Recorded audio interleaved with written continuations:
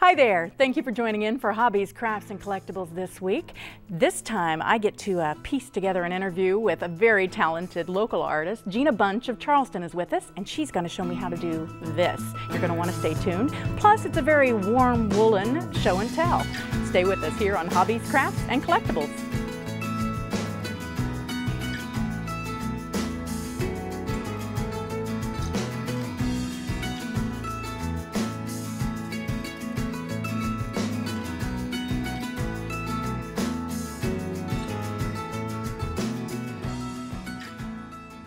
Thank you so much for tuning in to Hobbies, Crafts, and Collectibles this week. You're going to be glad you did. I get to introduce a special artist to you today, Gena Bunch from Charleston. Hi, Gena. Hi. Gena, viewers, Gena. Gena has been around for a little while. She's known for especially her portraiture. You've been doing portraiture how long now? Oh, gosh, long time. 20 some years. My mom had things in my hands to paint and draw with from the time I was old enough to hold them. So, wow.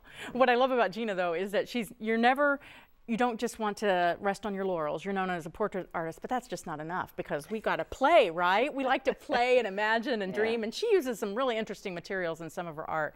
I can't wait for you to try to guess some of them. I've been trying to guess myself, so it's kind of fun. But let's look at her portraiture first of all. I wanted to start off with my favorite. It's a picture of Gena's parents. Now, the picture you drew from on this was 1950s, is that right? Yeah, late 1950s. Okay, before you were even a twinkle in Dad's eye. That's right.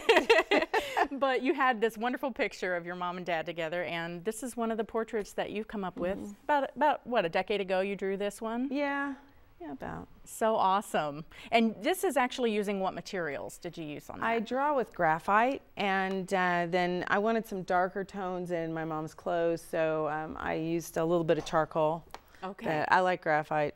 What is it about graphite you like, as opposed to charcoal? Just charcoal's not as messy? Very messy.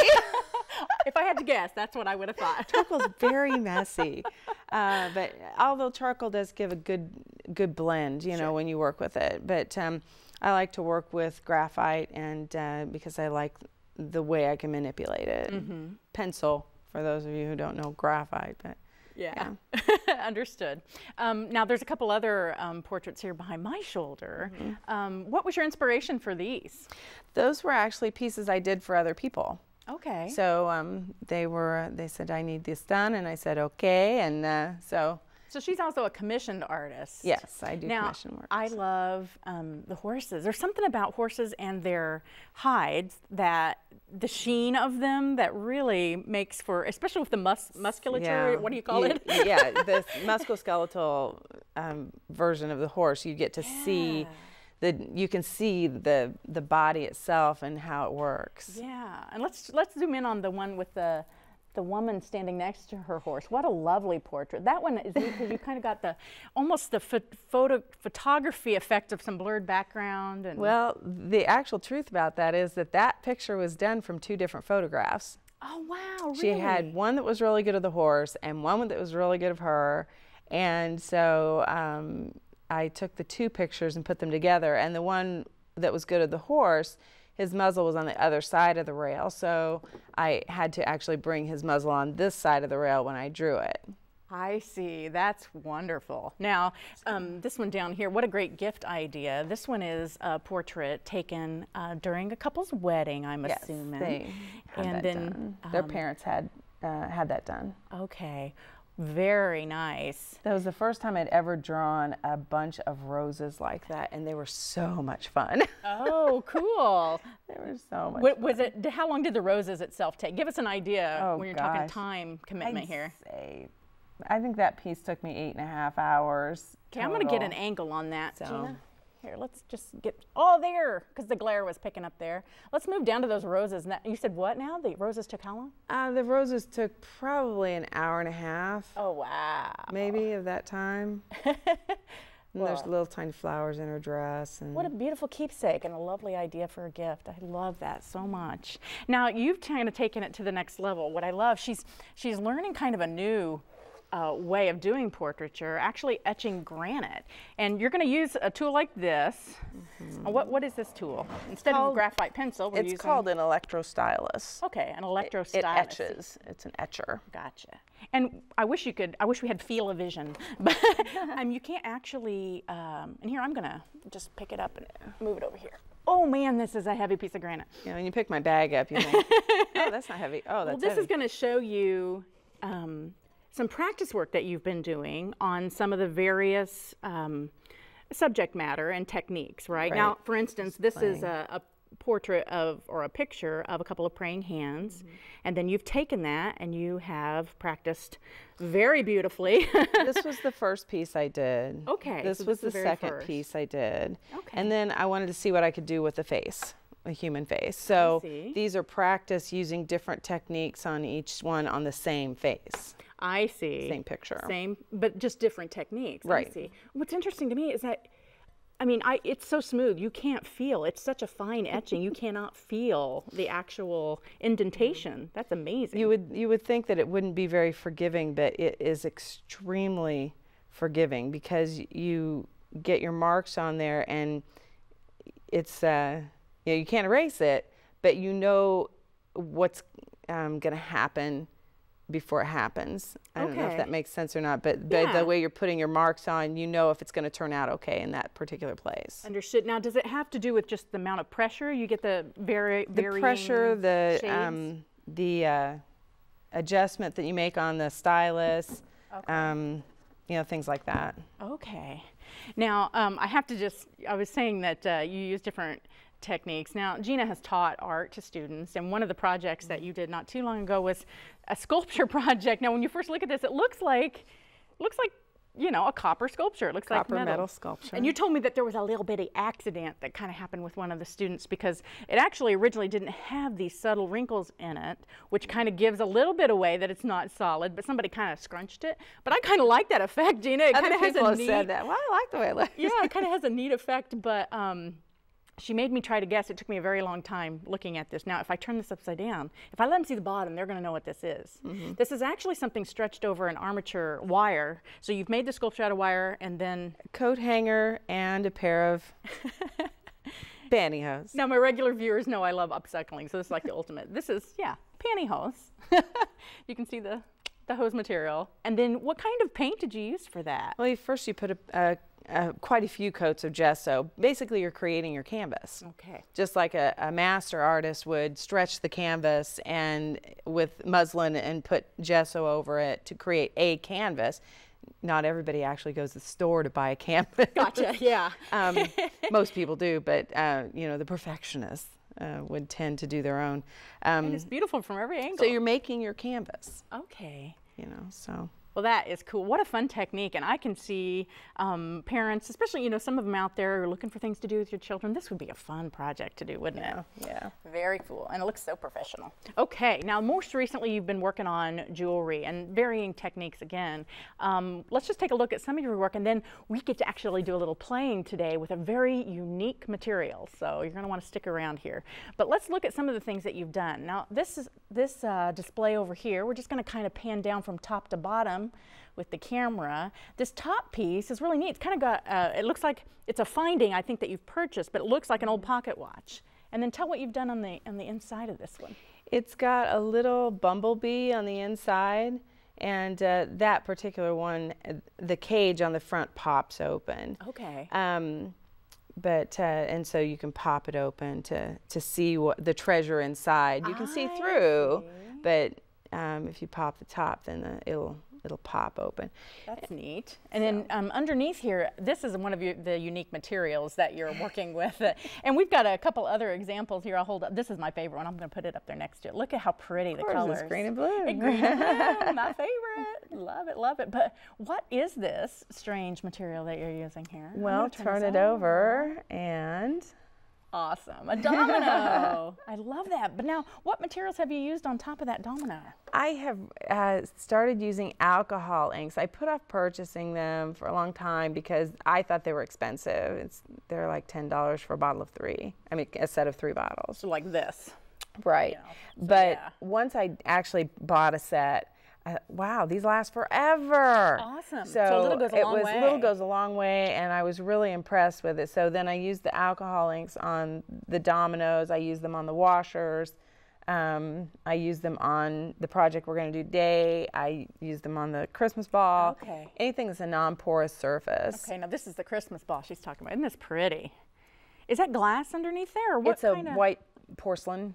Okay, something a little more porous than ceramic porcelain. Okay. Type ball. Okay, I see. Lots of fun colors in that one. Yeah. How many different ink? I mean, I see. I think I probably used 4. Okay. And then when you put the ink down, it blends with the ink next to it, and then you get another color. Yeah. If you know your color theory. Right, and so it just kind of melds together. And what's interesting about that, you were saying that, that like this pendant up here. Sometimes you get some really unique images. If you took a close look at this pendant up here, which is, I know, maybe hard to pick up on camera, you can actually see.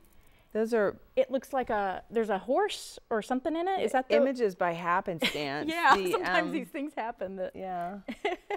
Very fun. Okay, now back over here, just the couple on the bottom.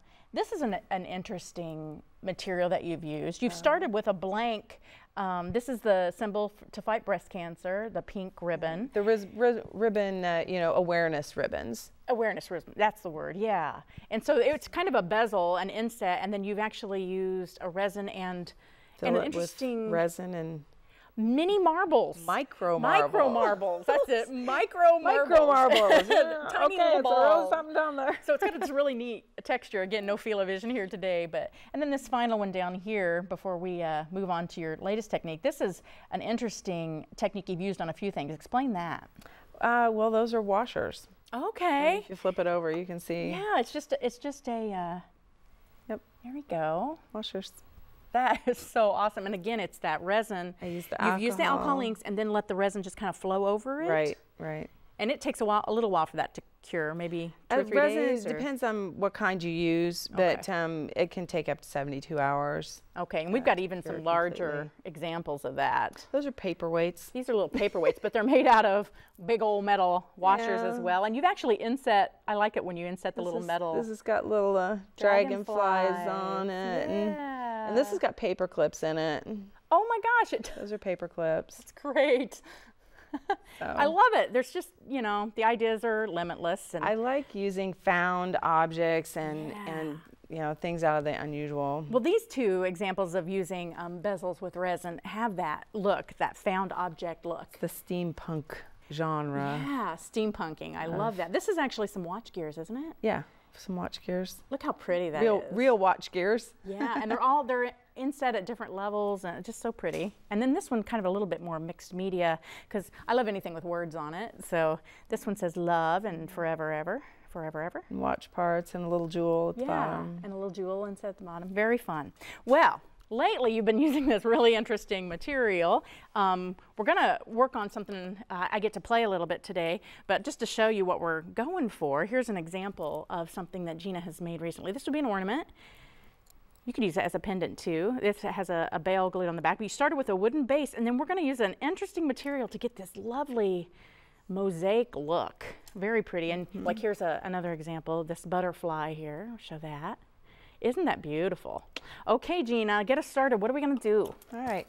Well, the first thing you have to have is you have to have a blank. Okay. So you can we're going to work on big ones here, so it's easier to see. But as you can see up there, we've got 2 pieces right here, eggshell pieces. So we did a heart pendant. So it can be any size you want to do. And the blue one up there also is an eggshell piece. Okay, so we're using eggshells today. Eggshells. Very fun. I always tell people I ate all those eggs.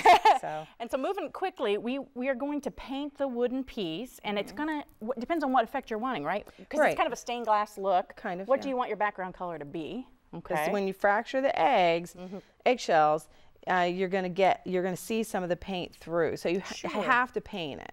Sure. The first thing you have to do is you have to take the membrane out of the inside of.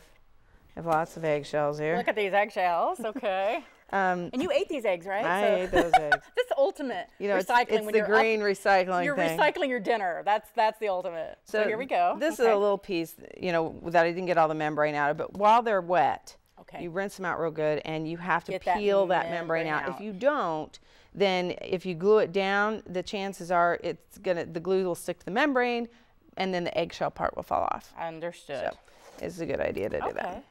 All right, so I've already got some glued on here, but we want to show you real quick. We're going to let Duska play. Yay, one with some various pieces that are glued on, and she's just going to show me how to start that technique right now. Okay. Okay, so take your glue. Okay. And just put a little dollop of it here. Alrighty.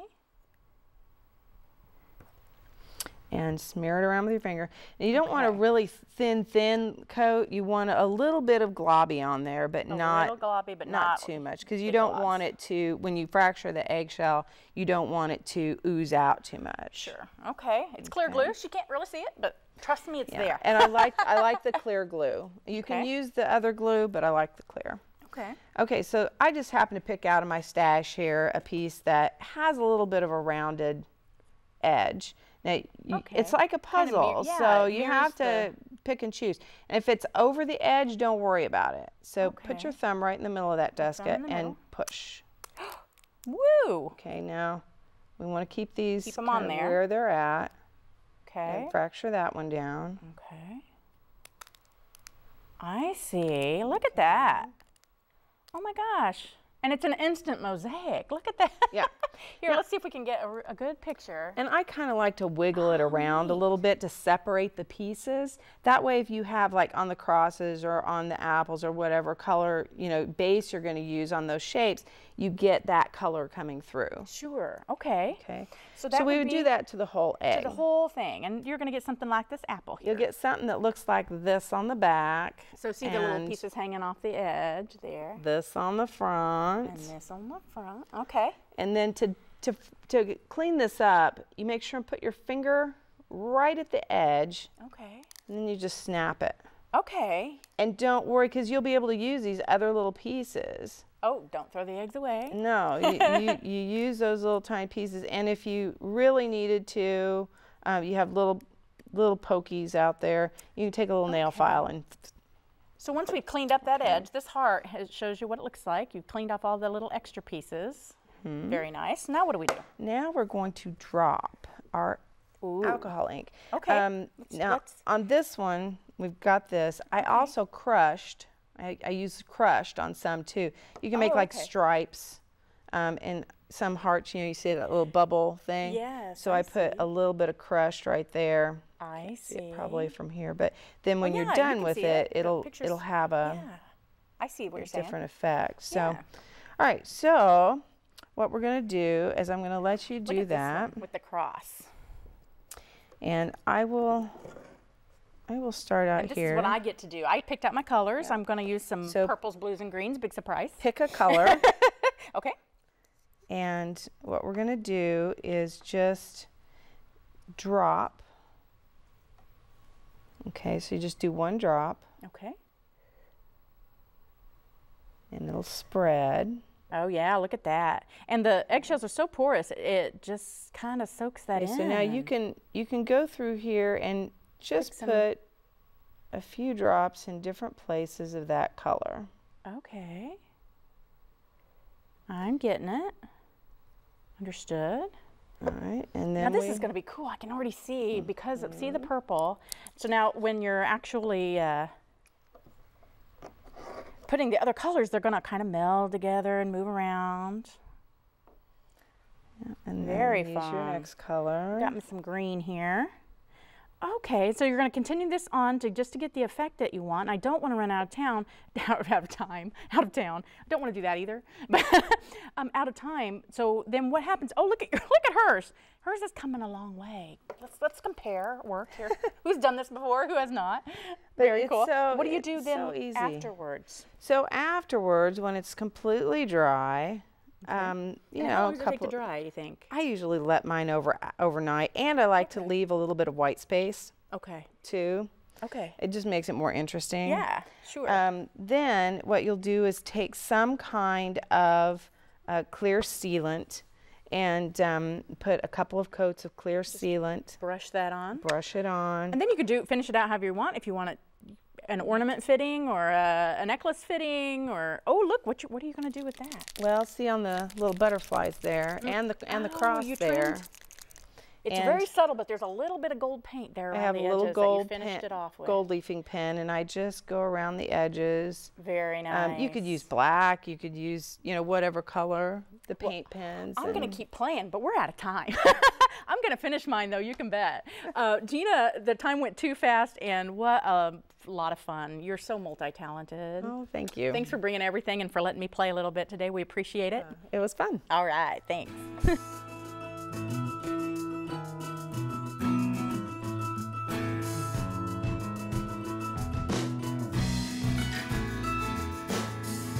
Well, it's show and tell time for Hobbies, Crafts, and Collectibles this week, and I wanted to show you one of my favorite things to work with, and that is wool. I love to find at thrift stores, rummage sales, wherever, wool sweaters, and they're just so, there's something that just screams warmth about a wool sweater, and the fabric is a very forgiving fabric, easy to work with, so I love to use it in my crafting.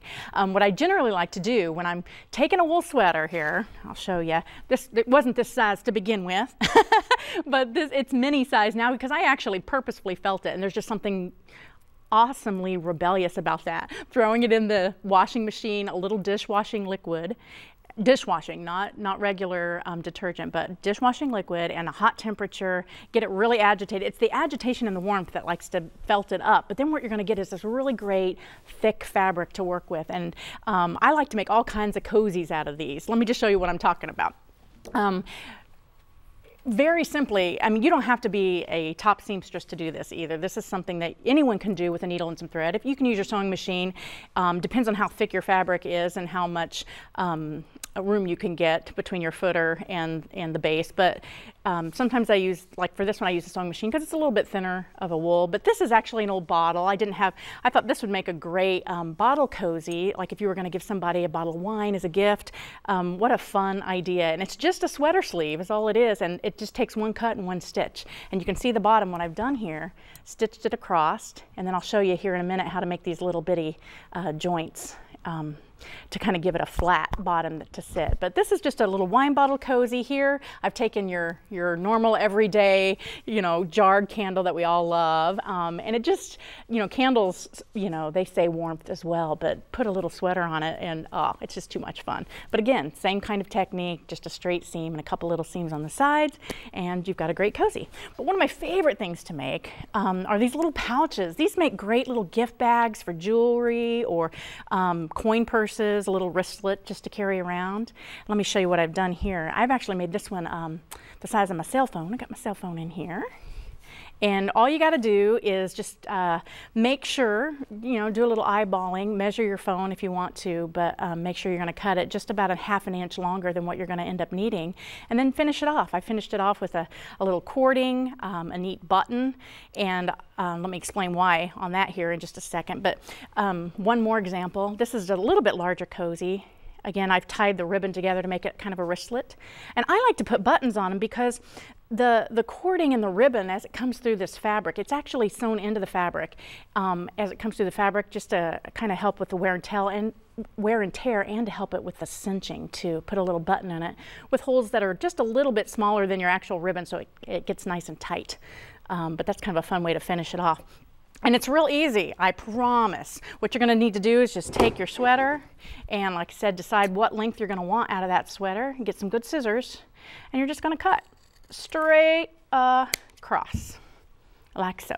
And so you got your little material, turn it inside out. That's how you're going to sew it. And then either, again, using some strong thread and a needle, or you can use your sewing machine, just stitch it straight across, okay? And let me show you what that ends up looking like on the inside of this one. Once you stitch it straight across, the trick is to get that neat finished bottom. See, I've stitched this one straight across, and then you're going to want to take the seam and pinch the corners down. And this actually would have stuck straight out into a point. And then you just stitch perpendicular to your other seam. I've done it perpendicular, and then just snip off the corners. And then you've got this cute little bottom to it that gives it kind of a little squared bottom and makes it sit a little flatter. Very fun. And then again, you're just going to want to take a wide needle. This one has a really big eye on it, big enough to get your ribbon through. And then all you got to do, you don't have to tie the ribbon on, or your cording, or whatever you choose. You don't have to tie it. Just do this, stitch, you know, in and out, little whip stitching, and that's all you need to do. It's really fun, really great idea. I hope you'll use it. If you have an idea for show and tell, or for a guest for Hobbies, Crafts, and Collectibles, we'd love to hear from you. Contact us at the information on your screen. See you next time.